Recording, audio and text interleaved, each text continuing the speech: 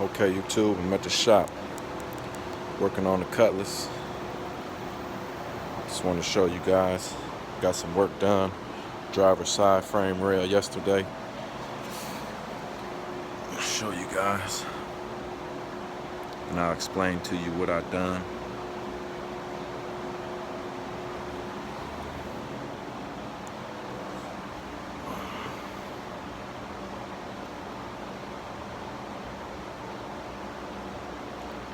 Alright.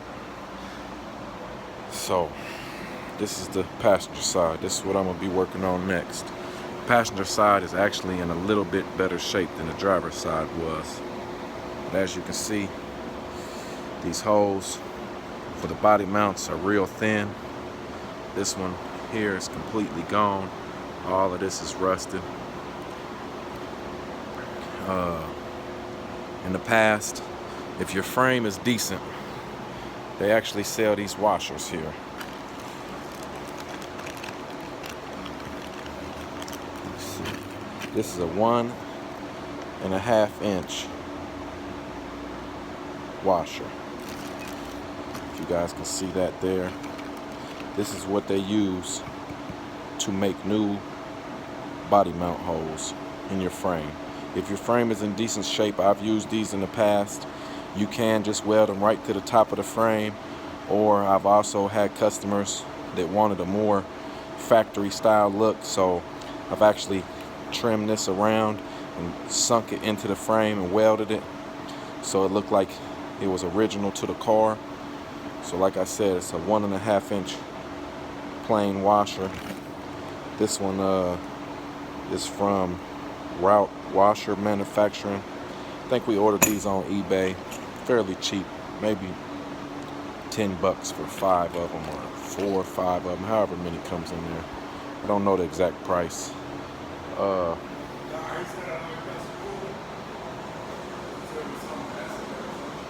Look in the back of it.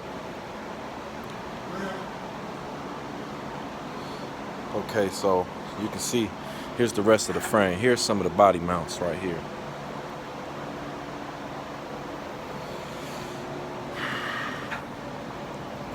So you see how the body mount sits in there. This is the body mount. This is your hole.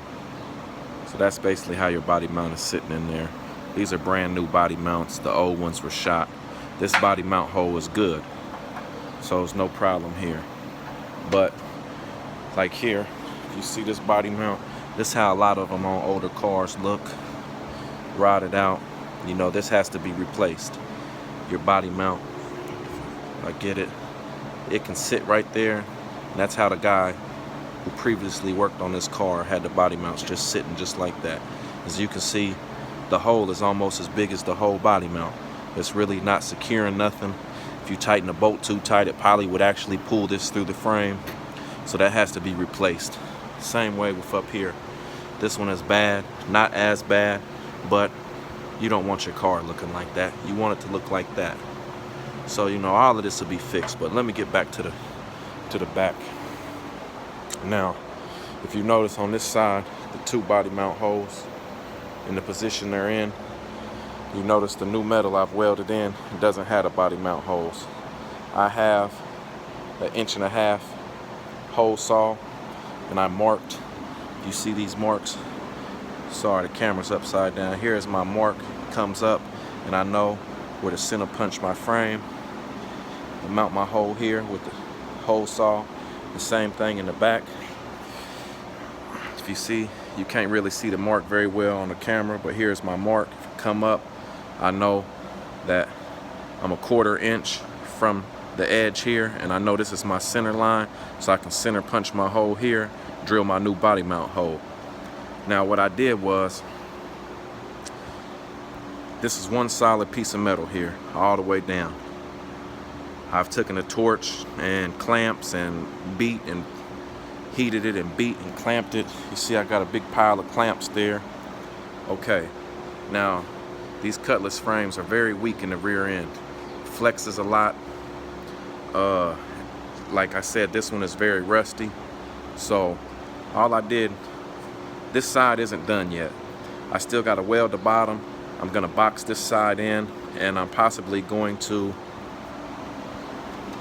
redo this bottom plate as well. It's nice and thick, it's still got a lot of life in it, but when I box it all in, I might just go ahead and cut this out and re-weld it as well, just to, you know, make everything uniform and you know, one solid piece of metal once it's all welded together. Now, like I said, I did not cut the side of this rail out. In order, if you don't have a frame rack to put your frame in and tie it all down and measure and take points of measurement and distance and angles, there's a good possibility if you start cutting into a frame that the frame can warp. This frame is on jack stands and everything, but there's still a possibility that, you know, your frame might tweak a little bit, and you know, you want to do your best to keep your frame as straight as possible.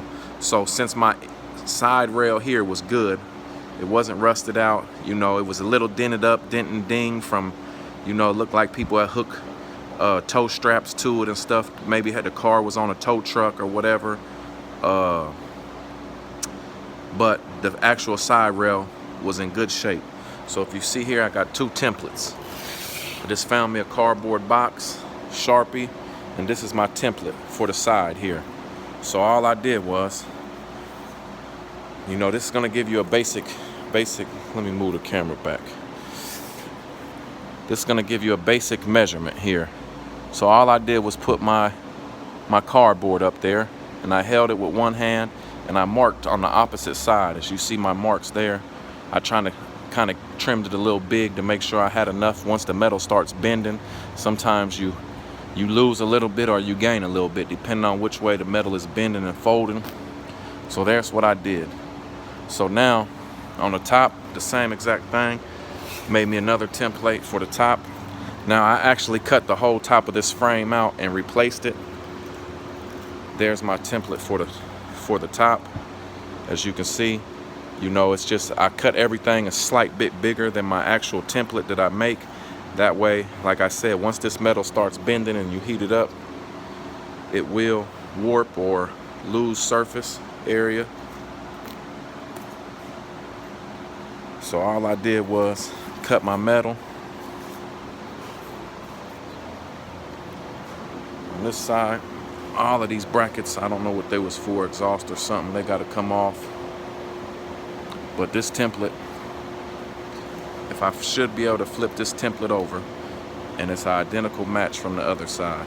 So I can cut the same piece of metal with the template flipped over. And all I did was clean this surface up real well.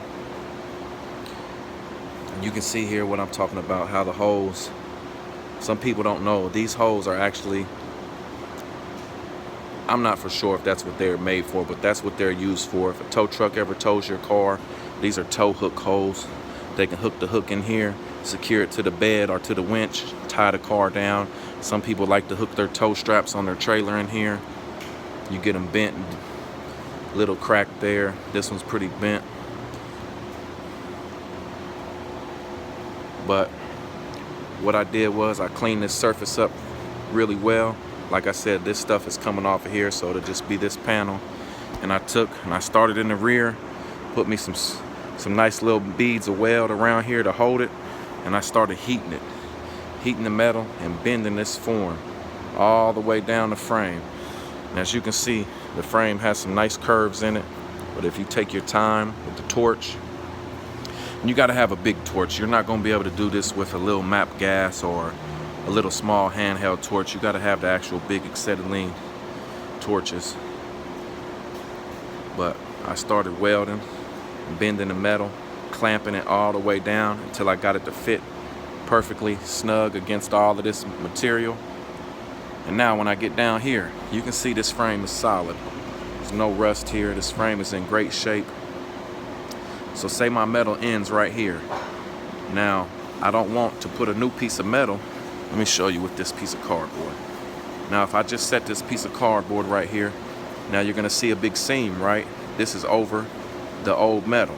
So if I just welded this right here, the average eye would catch this and say, oh, well, this is a piece of metal just welded to the frame. So what I like to do is I take a sawzall or a body saw, a small cutoff wheel, and I'll cut this edge right at the top line here. I'll go about 2-3 inches back on the top and the bottom. And now wherever my metal ends, say my metal ends right here, I'll take me a Sharpie, draw that line, and I'll also cut my line here. So I'll cut here, come down an inch, inch and a half, 2 inches at the most, come down here an inch and a half, 2 inches at the most. Now when I get my metal to this point and I'm welding and I'm heating and beating it, I can beat this in, and this will actually sink this piece into the frame a little bit, just enough for where my new piece of metal will lap right even with this. So once I seam weld it, everything is beveled on both sides, so I'll bevel my new piece of metal, I'll bevel the frame, and once I weld this and fill my nice little valley in with weld and grind it down, this becomes one piece of metal. Once the frame is undercoated, you'll never know that this has been done. The average eye will never catch it. Only true car enthusiasts or people who actually know what they're looking for will ever know that if I only did this section of the frame and I didn't replace any of this or box it in, you would never be able to tell that this has been done to this frame. So that's what I started with on the other side over there. Once you have this piece securely welded in here, now you've added this much more structure to this frame. So your frame isn't going anywhere. You have this metal is doubled up, everything is welded here. So now when you go to the top, there's my template I showed you guys I made, and all I did was I set my template on here. And now if you see on that side over there, you see that line follows that line, just like this factory line did. You see this is one piece of, this is two pieces, say this is C channel, and this is C channel here. These two pieces are clamped together with the big machine at the factory. So this is two separate C channels bent together.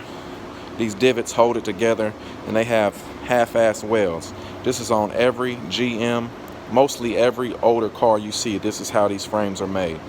So this is piece of metal is half-ass welded to this C channel here, this section of frame, which I'm calling a C channel, but it's actually, you know, shaped like a C, and it's the section of frame. So I actually cut and only removed this top section of frame. I cut this weld and started prying it with the screwdriver, and cut this edge here all the way down, started prying it up with the screwdriver little by little till I got all of the welds off, and I cut this whole section of metal out all the way back, and I actually brought it to this line over. So all of this is new on the other side over there, the same way I'm gonna do with this side. The reason why I did that is so that my body mount here, I'll be able to just drill my hole, all of the body mount. This will be all new metal. This body mount, all new metal. Everything is welded. So now I've welded this whole piece here, which gives me this here, what I've done to the other side.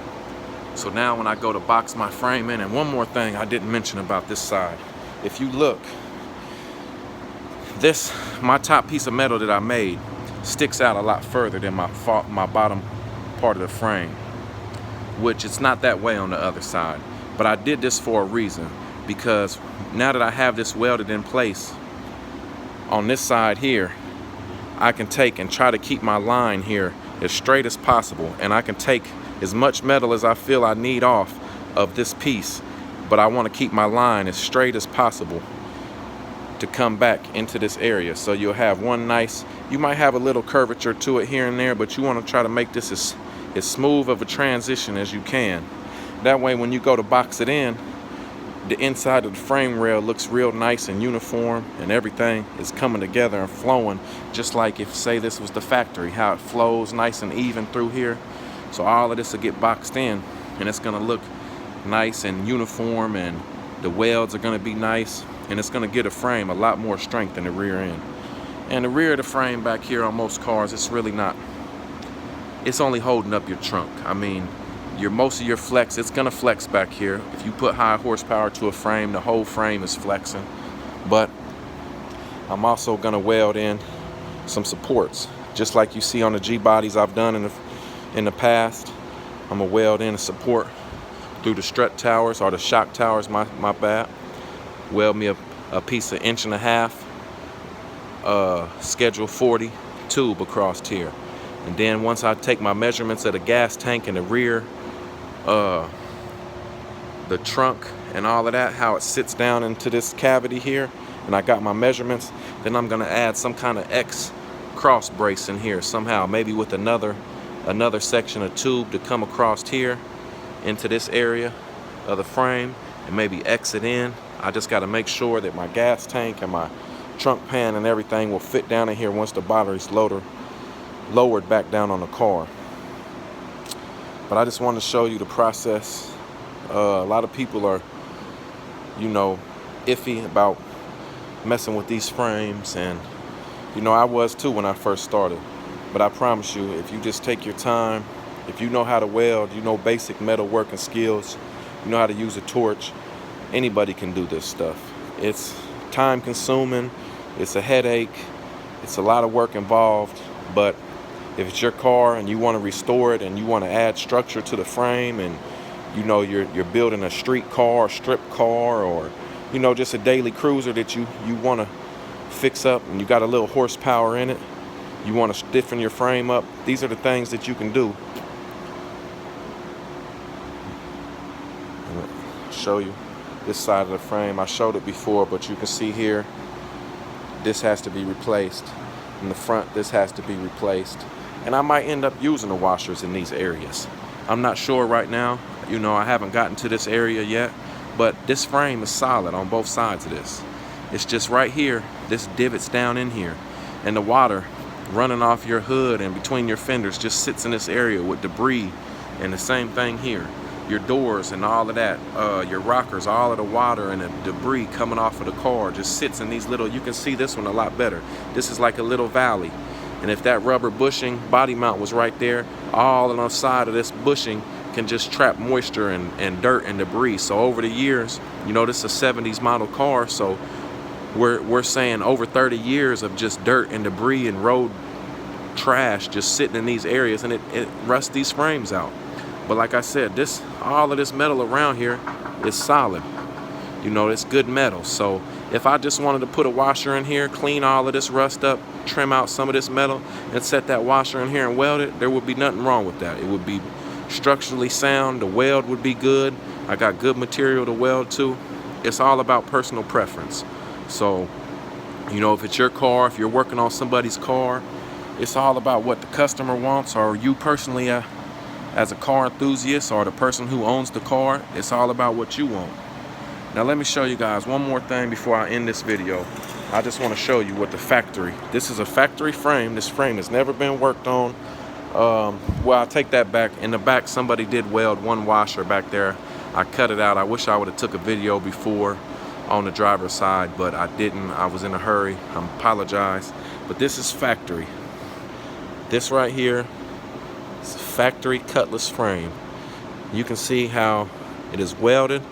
You can see a big gap here. You can see no weld, no anything that is open. You can see down through there. That's a hole.